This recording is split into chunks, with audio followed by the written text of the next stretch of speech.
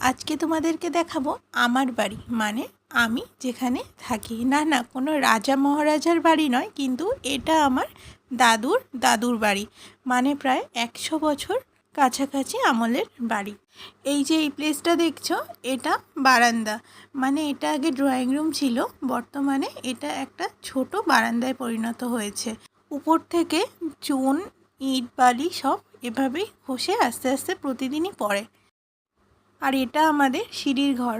যেহেতু অনেক পুরোনো দিনের বাড়ি, তাই বাইরে থেকে ইঁটটা খুলে পড়ে গেছে আর অনেকটাই বাইরের অংশ দেখা যাচ্ছে।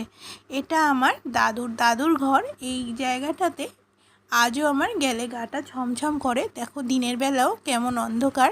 এই ঘরটাতে না আমি যখনই আসি, আমি একটা স্পেসিফিক কোনো স্পিরিচুয়াল ফিলিংস আমি এই ঘরে পাই। জানি না এটা স্বাভাবিক না অস্বাভাবিক। তোমাদের বাড়িতে যদি এরকম কোনো রুম থাকে, তোমাদের কেমন ফিলিংস হয় সেটা অবশ্যই জানিও। আমি আর বেশিক্ষণ এখানে থাকলাম না, চলে এলাম আমার ঘরে। এই ঘরটায় আমি থাকি।